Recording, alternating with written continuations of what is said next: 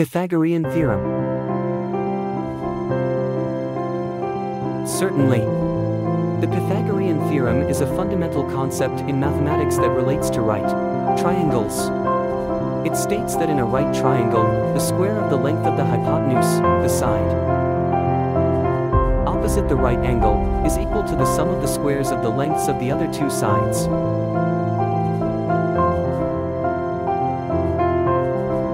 Let's consider a practical example to understand the Pythagorean theorem. Imagine you have a field in the shape of a right triangle, and you want to find the shortest distance between two corners of the field. This is where the Pythagorean theorem can come in handy. Suppose the two sides of the right triangle are 5 units and 12 units.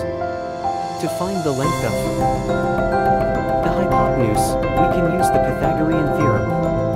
According to the theorem, the sum of the squares of the two legs, sides adjacent to the right angle, is equal to the square of the hypotenuse.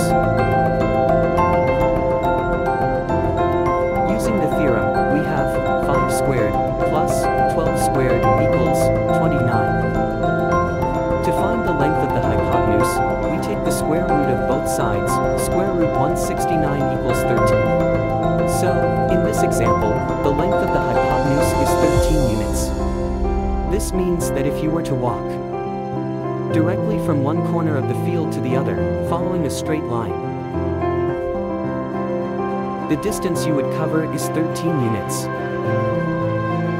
The Pythagorean theorem can be applied in various real-life scenarios, such as construction, architecture, navigation, and even in everyday situations where right triangles are involved. Understanding and applying this theorem helps us solve problems related to distance, measurement, and I hope this practical example helps you understand the Pythagorean theorem better.